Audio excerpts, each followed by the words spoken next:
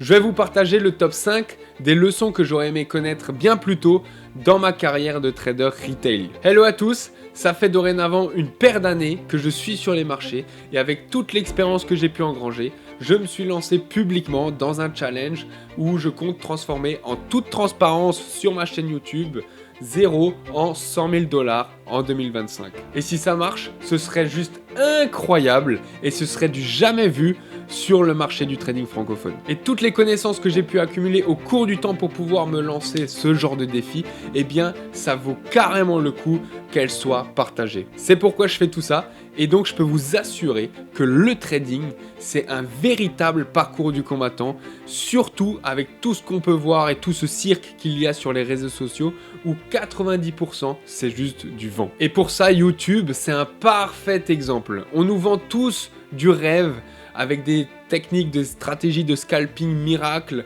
ou encore des robots de trading magiques censés juste nous faire gagner de l'argent pour pouvoir vivre la vie de rêve luxueuse à Dubaï en Lamborghini, etc. Je vous fais une alerte spoil directe, c'est de l'arnaque. Mais pour moi, si t'as pas des bons conseils venant de quelqu'un qui s'est déjà pris des claques sur les marchés et qui les assume et qui prône et partage ces valeurs-là, de travail dur, eh bien, tu risques pour moi surtout de perdre tout ton temps et ton argent que tu as durement gagné. Alors si tu veux connaître les plus grosses leçons de base que j'ai pu apprendre dans mon humble parcours de trader retail, eh bien reste bien jusqu'à la fin de cette vidéo parce que je vais te partager mes 5 leçons de trading que j'aurais bien aimé connaître plus tôt. Donc si vous êtes prêts, let's go, c'est parti. Leçon numéro 1, faire moins vous apportera plus. Vous savez pourquoi ? Parce que la majorité des traders retail qui crament leur compte, ils font tout de trop. Ils traitent de trop, ils analysent de trop, ils recherchent sur internet de trop, ils pensent trop au trading. Bref, c'est comme s'ils étaient addicts au graphique et scotchés sur leurs écrans 24 heures sur 24. C'est très important de comprendre que parfois, la chose la plus puissante que vous pouvez faire, c'est rien.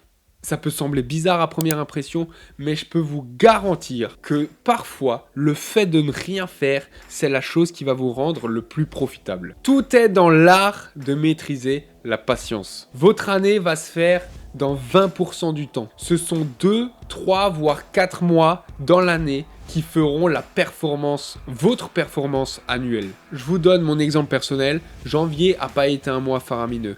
Et février, encore pire. Pourquoi ? Parce que tout le flux US est parti et s'est redirigé vers l'Europe. Et donc, ça fait que les indices US ne bougent plus du tout. Et je suis donc coincé dans mon trading où je ne peux pas vraiment faire de performance pour le moment grâce à mon système de trading. C'est pour ça que pour le moment, je peux pas faire de performance et surtout je sais très bien à l'avance que c'est pas en ce moment que ma performance annuelle va être faite. Donc je reste assez à l'écart pour être encore plus agressif le moment où ce sera plus opportun. Donc tout ce que je vous dis dans cette vidéo et depuis le début de ma chaîne YouTube, ça fait peut-être pas rêver, je vous l'accorde, mais je suis là pour vous dire ce que vous devez savoir et pas ce que vous voulez entendre. Votre job, c'est de savoir comment choisir les bons signaux des mauvais. Et une fois que vous commencerez à maîtriser les marchés, vous verrez que les trades très intéressants sur lesquels ça vaut la peine de risquer son argent, eh bien ils se produisent pas si souvent que ça. Mais le bon côté des choses là-dedans, c'est que vous n'avez pas besoin de beaucoup trader pour faire de l'argent sur les marchés. Vous devez avoir la même vision qu'un gestionnaire de fonds d'investissement parce que vous gérez vos propres fonds et donc vous faites exactement le même métier qu'eux. Imaginez que vous avez, au lieu de vos petits quelques milliers d'euros à disposition, plutôt des milliards accessibles, disponibles en quelques clics. À ce moment-là, vous ne serez plus obsédé à passer des trades constamment durant toute la journée, mais vous agirez plutôt comme un détective qui analyse toutes les informations à sa disposition et toutes les données de marché pour trouver le trade parfait, comme un sniper. Leçon numéro 2, regardez vos graphes et surveillez vos trades nuiront à vos résultats. Vous savez, parfois, plus vous insistez sur quelque chose, plus ça va s'empirer. Un exemple tout bête, je suis sûr c'est déjà arrivé à tout le monde, vous vous prenez la tête avec votre partenaire. Vous ressassez sans cesse les mêmes arguments en les reformulant autrement pour lui faire comprendre qu'il ou elle a tort et que vous avez raison en essayant de lui ouvrir l'esprit. Bref, au lieu juste de laisser tomber et s'en aller. Ça va jamais aller si vous agissez comme ça, n'est-ce pas? Eh bien, c'est pareil en trading. Être trop émotionnel dans vos trades, c'est la recette parfaite pour cramer tous vos comptes sur la durée. Je suis certain que vous vous êtes tous déjà retrouvés dans une situation où vous checkez constamment votre trade plusieurs fois sur votre téléphone, en déplacement ou sur l'ordinateur ou ci ou ça. Puis à prendre juste une décision hâtive, à modifier votre trade initial, à modifier votre TP, à modifier votre stop loss, en ajoutant une taille plus importante, ou alors même de clôturer votre trade plus tôt que prévu. Ou encore juste de faire quelque chose en fait que vous n'aurez jamais fait normalement. Et puis, du moment où vous agissez autrement, de manière hâtive, eh bien tout part contre vous. Alors que vous devez juste prendre votre trade comme votre système vous l'indique dès le départ et ensuite chiller, c'est-à-dire rester tranquille. Le meilleur moyen d'éviter de stresser, c'est simplement de tout mettre en place, carré, avant même que vous rentrez en position, puis ensuite de laisser couler, de laisser aller, voire même d'oublier le trade. Et je vais le redire encore une fois parce que ça vaut le coup, le moins vous allez faire, le plus vous gagnerez. C'est ça la discipline et la patience. Les traders qui essayent constamment de sauter sur toutes les opportunités, tous les mouvements, ils ne montrent aucune compétence en trading et aucune discipline. Ce sont juste des gamblers. Et c'est pour ça que 99% des scalpers sont des gamblers, parce qu'ils ne sont juste pas réguliers avec leur approche. Et ok, je sens bien toutes les critiques qui vont me tomber dessus. Je vous laisse à tous les scalpers votre chance. On s'affronte sur le même marché pendant 1 an. On teste concrètement toutes nos compétences et on verra qui aura la meilleure performance à la fin. Qui sera assez courageux parmi vous pour relever ce challenge, ce défi? Eh bien, je sais déjà que ce sera les 1% restants de scalpers qui sont rentables et qui sont carrés avec leur approche. Et la principale raison que les traders retail sont obnubilés sur leur trade, c'est qu'ils sont beaucoup trop impliqués émotionnellement. Leçon numéro 3, pensez comme un trader défensif. Vous avez déjà probablement entendu parler du fameux conseil de Warren Buffett, tout le monde l'a entendu. Règle numéro 1, ne jamais perdre de l'argent. Règle numéro 2, ne jamais oublier la règle numéro 1. Trop de traders débutants cherchent à faire de l'argent rapide sur les marchés, alors qu'ils devraient juste plutôt se concentrer à ne pas en perdre. Parce qu'honnêtement, si vous n'êtes pas focus, si vous n'êtes pas concentré sur la protection de votre capital, je vous garantis que vous allez tout perdre. Parce que vous serez focus et concentré à réaliser du profit, alors que vous n'êtes pas focus et vous ne vous basez pas sur le risque. C'est en vous basant sur le risque et en vous concentrant sur le risque que le profit va se faire, que le profit va se générer. Il y a un proverbe qui dit que la meilleure défense, c'est l'attaque. Mais en trading, c'est l'inverse.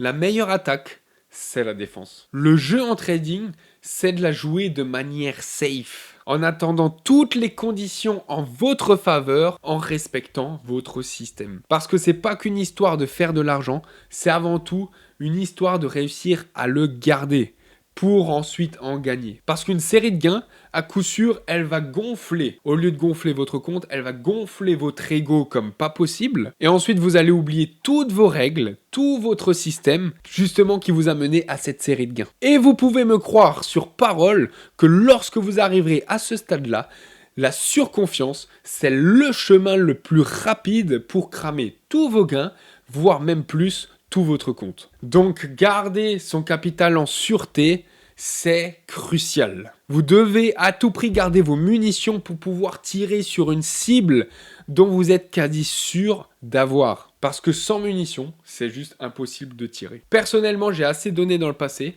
mais je me suis promis et je n'ai plus du tout envie de finir une seule journée de trading mentalement où j'ai envie de m'auto-tuer ou de revenir dans le passé pour essayer de rectifier mes conneries. Je respecte à tout prix mon système parce que je sais que c'est ce qui va me rendre rentable. Mais ça arrivera toujours et pour tout le monde de continuer à faire des erreurs, mais les erreurs ne doivent pas être la discrétion de vos règles. Leçon numéro 4, le résultat de votre dernier trade ne doit pas impacter votre prochain trade. C'est la leçon qu'énormément de traders retail mettent beaucoup de temps à comprendre. Vous ne devez pas laisser votre dernier trade dicter ce que vous devez faire plus tard, même si le prochain trade ressemble exactement au précédent. Parce que le résultat de chaque trade, il est aléatoire. Vous pouvez gagner 10 fois de suite, puis ensuite perdre 10 fois de suite pour ensuite enchaîner une série de gains de 20 trades. Ou alors gagner et perdre simultanément. Mais justement, la question dans tout ça, la grosse question à se poser, c'est comment vous allez gérer ces résultats aléatoires. Parce que si vous êtes comme la majorité, une série de pertes va vous faire complètement tilter, péter un câble, alors que ça arrive à tout le monde d'avoir des séries perdantes. C'est dur de garder, de maintenir une vision long terme. Parce qu'on est tous omnibulés par le court terme. On veut tout de suite, on veut gagner maintenant. Ah, tu fais du trading, combien t'as fait ce mois-ci? Alors que vous pouvez perdre pendant 6 mois, 7 mois, 8 mois et ensuite complètement exploser pendant 2 mois, 3 mois. Ah, combien t'as gagné ce mois-ci? Bah, là, j'ai perdu. Ah bah t'es une merde. Alors que ça veut absolument rien dire si vous perdez pendant 1 mois, 2 mois, 3 mois, 6 mois. C'est le résultat long terme qu'il faut regarder. Et c'est là où toute la différence va se faire entre les bons traders et les mauvais. Parce que les bons, ils ont compris qu'avoir une vision long terme en trading, c'est obligatoire. Et naturellement, on va se sentir surpuissant et beaucoup trop confiant après une série de gains et très humble après une série de pertes. Alors qu'en réalité, ça devrait être l'inverse. Après une série de gains, il faut être le plus humble possible pour justement ne pas augmenter son risque, parce que sinon, le revers de la médaille, il va faire mal. Donc après chaque trade, il faut rester cool, chiller, limite à réinitialiser son cerveau pour ensuite mieux repartir. Et le marché, il va pas s'en aller. Il sera encore là demain, la semaine prochaine, le mois prochain, etc. Donc, il n'y a pas non plus besoin de se précipiter dans le prochain trade. Et pour terminer, la 5e leçon, c'est que la règle du jeu en trading, la confluence, c'est primordial. Le plus gros game changer que j'ai pu apprendre et appliquer dans mon système, il est très simple. C'est que plus il y a de convergence dans votre trade, plus il sera performant. Les confluences de signaux, c'est simplement plusieurs facteurs qui se réunissent ensemble pour alimenter votre décision. Imaginez si vous regardez votre graphique et que vous voyez un biais fondamental et technique dans toutes les unités de temps qui vont dans le même sens, avec toute la price action et vos patterns qui se réalisent. C'est juste le scénario de rêve. Tout s'assemble parfaitement dans votre système pour prendre le trade. La seule chose que vous avez à faire, c'est de clarifier au maximum vos règles dans votre système pour ne prendre uniquement des trades 5 étoiles qui respectent tous vos critères. Comme ça, le moment où ça ne les respecte pas tous, vous saurez que la qualité du trade n'est pas optimale et donc vous resterez en dehors du marché. Et ce concept, il est encore plus important pour les débutants pour pouvoir faire ses premiers pas en trading sur les marchés. Parce que ça va vous permettre de gagner en confiance et surtout en discipline, qui sont les qualités indispensables pour être rentable sur les marchés. Pour conclure, les meilleurs traders sont ceux qui restent humbles et ouverts d'esprit. Ils savent pertinemment que les pertes font partie du jeu et du processus. Et grâce à ça, ils tradent intelligemment. On sait tous que grâce au trading, vous pouvez gagner des sommes illimitées et tout ça depuis votre canapé, votre chaise, sans boss, sans personne. Tout ça en un seul clic. Mais aussi, vous pouvez vous effondrer en un seul clic et perdre des sommes colossales. Donc le véritable pouvoir dans tout ça, c'est d'être capable de vous contrôler vous-même. Et c'est comme ça que vous allez gagner dans ce jeu. Et donc la maîtrise de soi, c'est la clé. Et croyez-moi que c'est beaucoup mieux de l'apprendre par quelqu'un qui vous le dit et qui est déjà passé par là que de l'apprendre par soi-même. Parce que ça fait mal. Et donc la question maintenant, c'est est-ce que vous avez l'argent, le capital et la force mentale pour appliquer toutes ces leçons? Dites-le moi en commentaire, je suis bien curieux de lire vos réponses. J'espère que cette vidéo vous aura plu. Si c'est le cas, n'hésitez pas à me laisser un like et à vous abonner à ma chaîne YouTube pour voir encore plus de contenu sur le trading et surtout pour suivre mon aventure cette année Road to 100K en 2025. Sur ce, je vous souhaite un très bon trading à tous. C'était Florent de Finevrest. À très bientôt dans la prochaine vidéo. Ciao, ciao, ciao! Yo, his name is Florian, he's the NASDAQ hustler. Every day he's grinding, making all them numbers cluster. He's a day trader, living life as a thrill seeker. Analyzing charts, he's the Wall Street sneaker. 9 to 5 ain't his game, it's the stock market flow. Tickers on his mind, watching those numbers grow, buy low, sell high, that's the name of